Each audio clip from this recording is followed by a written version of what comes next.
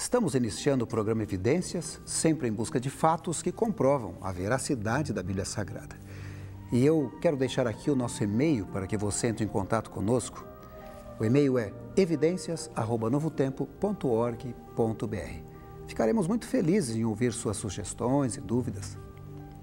No mundo atual é comum as pessoas se voltarem para Deus. Afinal de contas, atravessamos uma crise mundial, a fome, guerras, catástrofes em muitos lugares. E em nosso mundo globalizado, o que afeta um, afeta outros.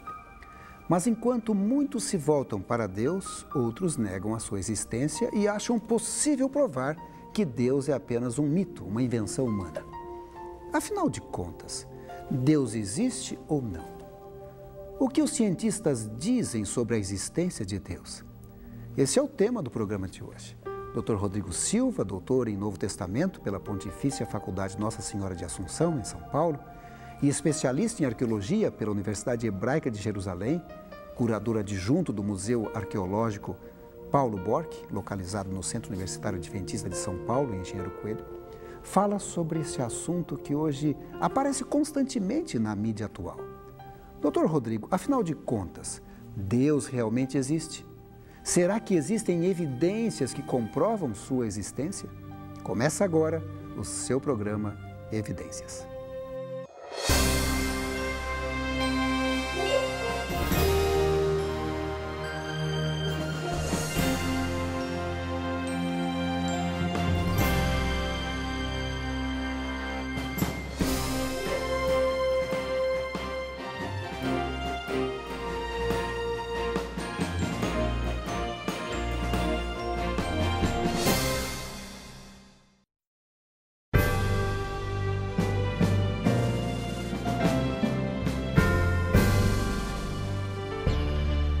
Há vários séculos, uma visão de mundo materialista e antirreligiosa tem sido apresentada e aceita por muitos como legítima postura racional ao lado de outras cosmovisões.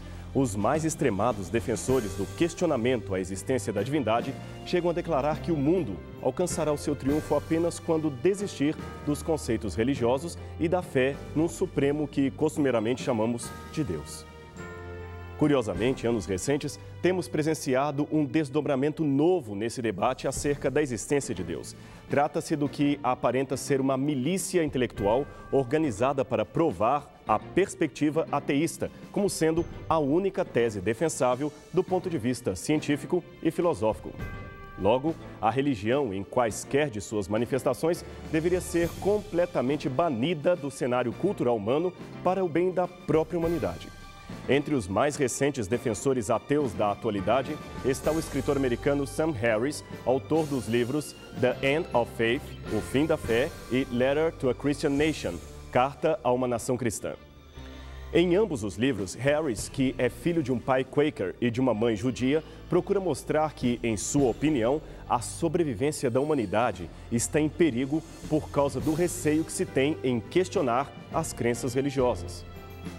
E mais, atacando franca e honestamente a crença na existência de Deus ou de um Deus pessoal, Harris chega ao ponto de declarar que a religião é o mais perverso exemplo de mau uso da inteligência em toda a história humana.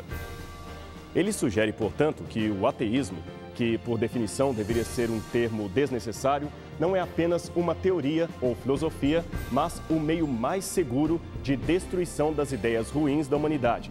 E sem Deus, concluiu ele, é assim que nós poderemos vencer as decepções que a história apresenta. Uma das primeiras respostas aos livros de Harris veio de um dos mais respeitados acadêmicos da Faculdade de Teologia do St. Andrews College, nos Estados Unidos. O seu nome, Douglas J. Wilson, que além de escrever vários livros sobre filosofia e religião, foi por muitos anos professor de latim, grego e literatura clássica. Seu mais recente compêndio, Letter from a Christian Citizen, Carta de um Cidadão Cristão, oferece uma interessante análise crítica dos argumentos de Harris. Mas Wilson toca num ponto além ao se perguntar por que nos últimos anos os ateus parecem ter redobrado seu ataque à religião, comportando-se como se fossem até, ironicamente, um movimento formado por religiosos fundamentalistas dispostos a tudo para pregarem uma mensagem ao mundo. Até convenções anuais estão sendo organizadas por entidades jurídicas de promoção do ceticismo. Como qualquer congresso religioso, estes encontros oferecem palestras, livros e até souvenirs como camisetas, botões, mochilas e tudo mais para promover a causa ateísta no mundo ocidental. A conclusão que Wilson tira de tudo isto é que, por muitos anos, o ateísmo tem sido um adversário dos teístas cristãos, mas, até então, os ateus haviam concluído que a fé cristã não passava de uma superstição limitada e que não poderia ser prejudicial, ou seja, ela poderia ser tolerada, pois não ofereceria risco nenhum ao materialismo racionalista. Eles ainda sugeririam que a religiosidade iria diminuir até desaparecer no futuro próximo da humanidade. Contudo, as estatísticas hoje comprovam o erro do seu prognóstico. A religião continua em alta no século XXI e, principalmente agora, com o advento de um neoconservadorismo entre cristãos evangélicos e católicos nos Estados Unidos. Os ateus se sentiram, portanto, ameaçados e começaram, através de um comportamento bastante apologético, a combater a religiosidade, mostrando, aliás, que longe de ser um movimento pequeno ou enfraquecido, a fé ainda pode incomodar muita gente que jurava que ela, a esta altura do desenvolvimento racional e tecnológico, já estaria banida da raça humana. A mídia, é claro, tem nos últimos anos exercido um papel fundamental ao divulgar entusiasticamente o ideário secularista.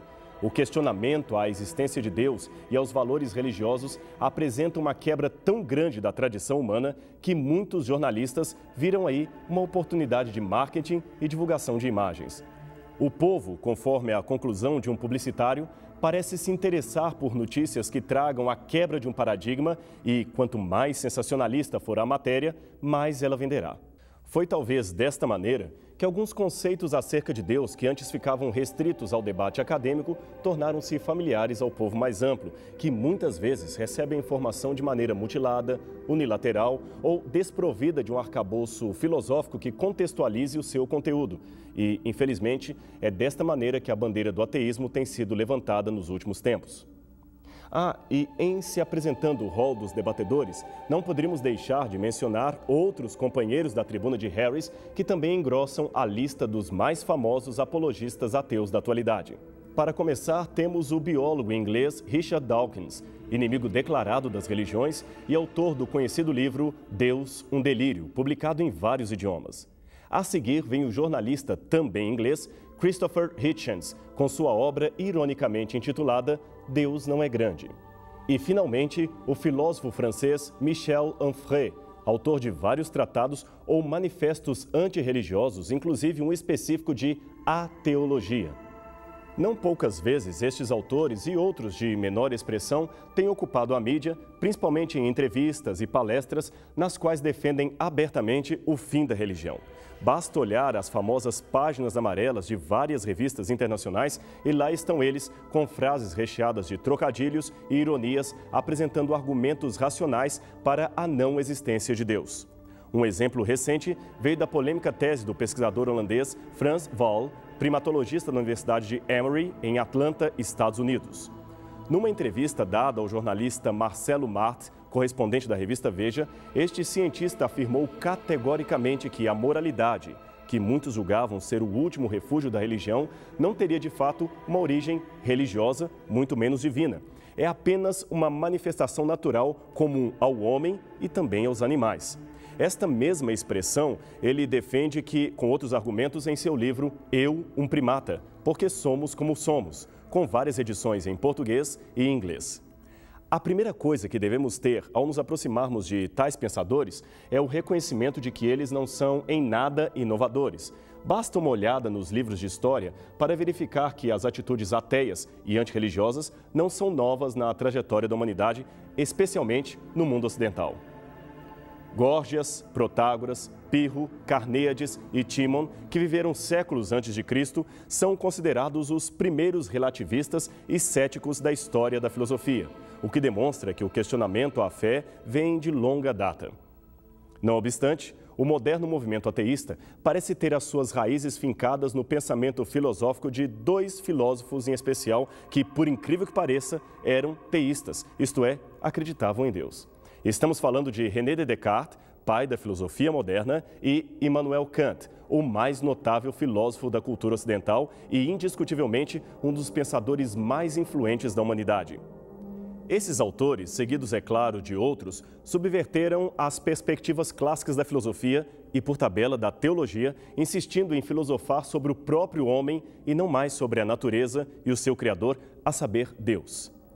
É que até Descartes, os filósofos e os teólogos se interessavam primariamente por tudo o que tem a ver com Deus e a natureza que ele criou. O homem, obra-prima desta criação divina, só vinha depois.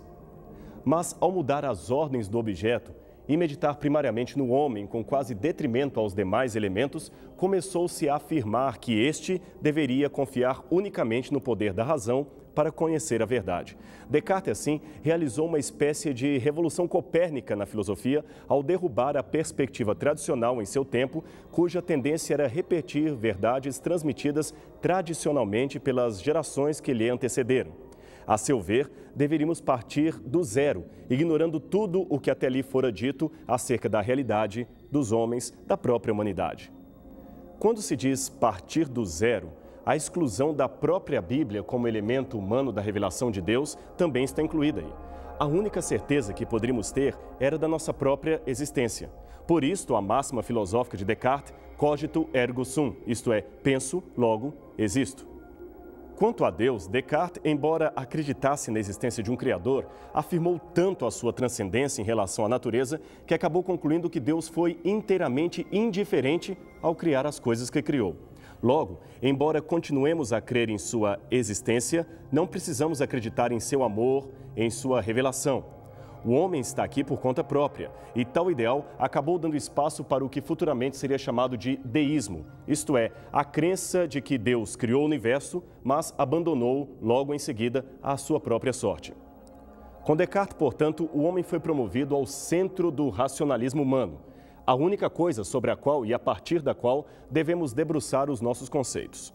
Kant, é claro, intensificou ainda mais esse processo, ressaltando a importância do conhecimento do indivíduo e tratando o homem como essencialmente bom, digno de total liberdade e o único suficientemente capaz na organização do seu próprio universo. Em outras palavras, o homem acabou se projetando em Deus.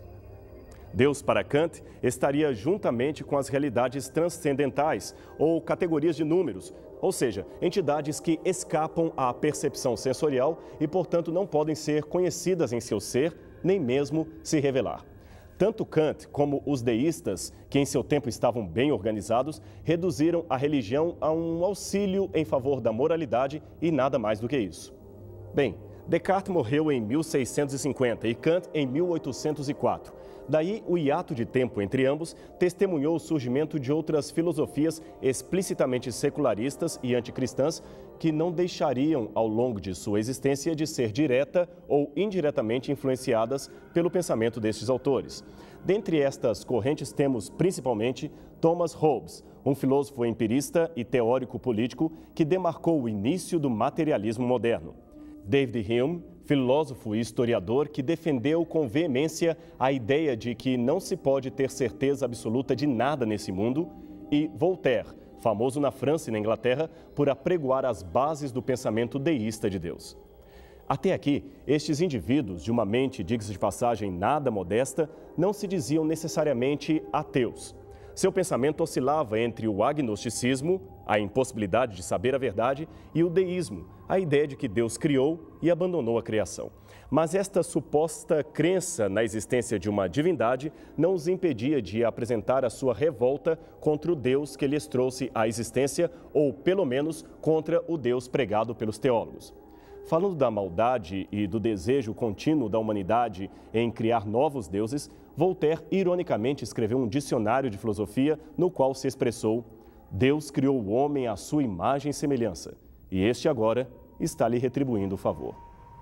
Finalmente, um destes pensadores que se tornou famoso na primeira metade do século XIX afirmou-se abertamente não como agnóstico ou deísta, mas sim como um convicto ateu.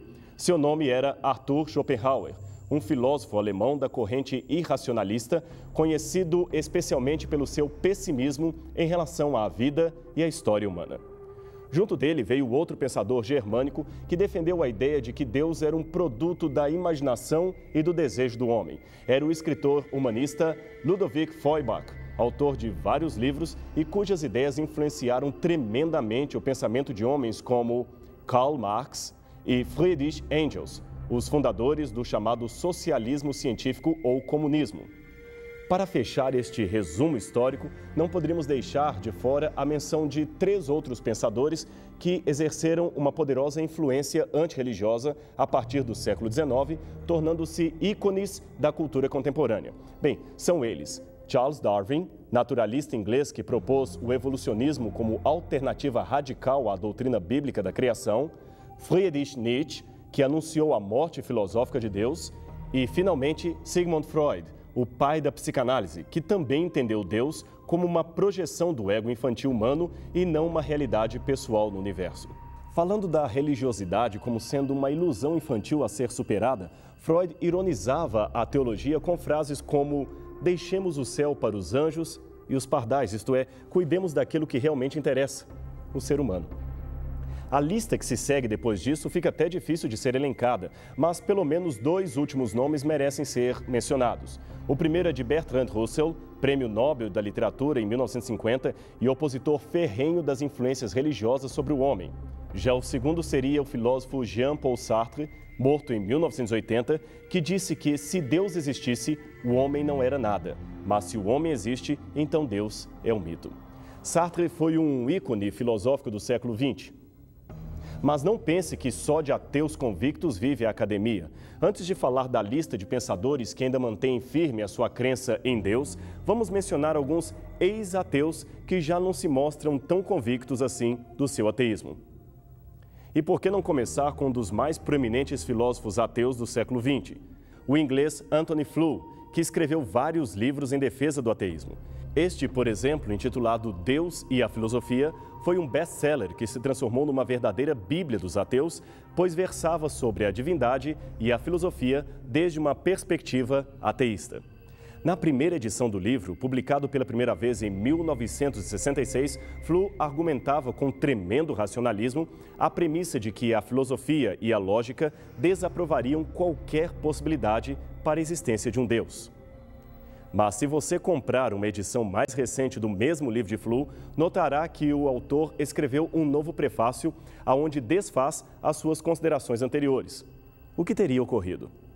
É que entre uma e outra edição do livro Deus e a Filosofia, o acadêmico inglês participou de alguns debates com teólogos e cientistas cristãos e acabou percebendo a força do argumento teísta para a formação do universo. Note a capa de um dos seus mais recentes livros, There is not a God, Não há um Deus, mas note que o não está cortado como o próprio subtítulo diz. Aqui você vai encontrar a história como o mais notável ateu mudou de ideia acerca de Deus. Esse livro foi escrito juntamente com Roy Abraham Varghese, cuja obra A Maravilha do Mundo, uma viagem da ciência moderna para a mente de Deus, exerceu um grande impacto no pensamento de Flew. Também pudera, propondo o que seria a existência necessária de Deus. Para justificar a própria existência do universo planejado, Varghese cercou de bons argumentos a obra que produzira. Este, aliás, foi sempre o seu feitio, capacidade clara de argumentação em todos os livros que escreveu. Num deles, por exemplo, intitulado Cosmos, Bios e Theos, ele e seu coautor, Henry Margenot, fizeram um magnífico trabalho. Juntos, eles apresentaram o depoimento de nada mais, nada menos que 60 cientistas mundialmente reconhecidos em sua área de atuação, sendo 24 deles ganhadores do Prêmio Nobel. Todos esses, sem nenhuma exceção, afirmaram-se piedosamente crentes em Deus. Para ser honestos, devemos afirmar que Anthony Flew não se converteu ainda à visão de Deus trazida pela Bíblia. Ele prefere falar no Deus de Aristóteles, que criou o universo, mas que não sabemos o bastante a respeito dele. Seja como for, de ateu a crente na existência de um Deus criador, Flew deu um grande salto idealístico que chocou seus ex-companheiros de tribuna ateística. O próprio Richard Dawkins lamentou a perda desse valioso intelectual para o lado do teísmo. Aliás, numa entrevista concedida à revista acadêmica Philosophy Now, Flew declarou o seguinte: Parece-me agora que os resultados de mais de 50 anos de pesquisa sobre o DNA têm provido elementos para um enorme argumento a favor do design, isto é, da existência de um ser superior que fez o universo. E, para surpresa adicional de todos, ele também passou a questionar as teorias naturalistas da evolução. Continua ele. Torna-se extraordinariamente difícil até mesmo supor a mais leve pressuposição de uma teoria naturalista da evolução que pudesse explicar a reprodução do primeiro organismo vivo. E por falar em DNA, o que poucos sabem é que um dos principais responsáveis pelo mapeamento genético do DNA humano, feito em 2001, também fora, na sua juventude, outro ateu convicto que igualmente abandonou a descrença para crer piamente na existência de Deus. Ele é o biólogo americano Francis Collins, diretor do Projeto Genoma e um dos cientistas mais notáveis da atualidade. Desafiado por colegas que ainda permanecem ateus, Collins lançou seu livro The Language of God, A Linguagem de Deus, que foi uma bomba contra o ateísmo. Nas 300 páginas dessa obra, o biólogo conta como deixou de ser ateu para tornar-se cristão aos 27 anos e narra as dificuldades que enfrentou no meio acadêmico para revelar a sua fé, que, aliás, permaneceu secreta por muitos anos por medo de ser rejeitado por outros membros da academia. Collins, a bem da verdade, ainda acredita que é possível conciliar a teoria de Darwin e sua fé em Deus, mas nem todos concluem assim. Pelo menos foi o que aconteceu com o bioquímico Michael Behe, professor da Universidade de Lehigh, na Pensilvânia, que, ao escrever os best-sellers A Caixa Preta de Darwin e O Limite da Evolução, anotou não apenas os sérios problemas científicos com esta teoria, como também percebeu a sua incompatibilidade com a crença num Deus criador. E que tal fechar este ciclo de ex-descrentes com um erudito literário irlandês conhecido mundialmente por suas obras de ficção? Com o sucesso mundial de As Crônicas de Nárnia, o nome do seu criador, C.S. Lewis, tornou-se igualmente conhecido entre o público em geral. Porém, o que nem todos sabem é que o próprio Lewis foi um brilhante professor de Oxford, outro intelectual de envergadura que também se decepcionou com o ateísmo, deixando-se envolver confortavelmente pelos braços da fé em Cristo. Veja agora algumas de suas notas acerca de sua nova fé em Deus, assim que deixou de ser um ateu convicto. Deus sussurra a nós na saúde e prosperidade, mas sendo maus ouvintes, deixamos de ouvir a voz de Deus. Então ele gira o botão do amplificador por meio do sofrimento. Aí então ouvimos o rimbombar de sua voz. O sofrimento é o megafone de Deus para um mundo surdo. Para a tarefa mais elevada de ensinar coragem e paciência, jamais fui tolo o bastante para considerar-me qualificado. Nem tenho qualquer coisa a oferecer a meus leitores, exceto minha própria convicção de que, quando é preciso suportar a dor, um pouco de simpatia humana tem mais valor do que muito conhecimento. Um pouco de simpatia tem mais valor do que muita coragem. E a menor expressão do amor de Deus supera tudo. Como você pôde ver, não é a intelectualidade de uns que prova ou desmente a existência de Deus, pois há acadêmicos que o negam, enquanto outros, de mesmo calibre mental, correm para ele. A diferença está na decisão que cada um toma acerca dessa verdade, pois, embora Deus seja, segundo a teologia, um ser onipotente, sem nenhuma fraqueza, ele, paradoxalmente, possui um ponto vulnerável. E você sabe qual é? Deus pode ser rejeitado. Não há neutralidade em relação à sua pessoa. Portanto, que decisão você toma a esse respeito? No próximo programa Evidências, nós continuaremos este assunto apresentando algumas reflexões racionais sobre a existência de Deus. Mas, afinal, podemos provar que Deus existe? Não perca estas e outras considerações no próximo programa Evidências.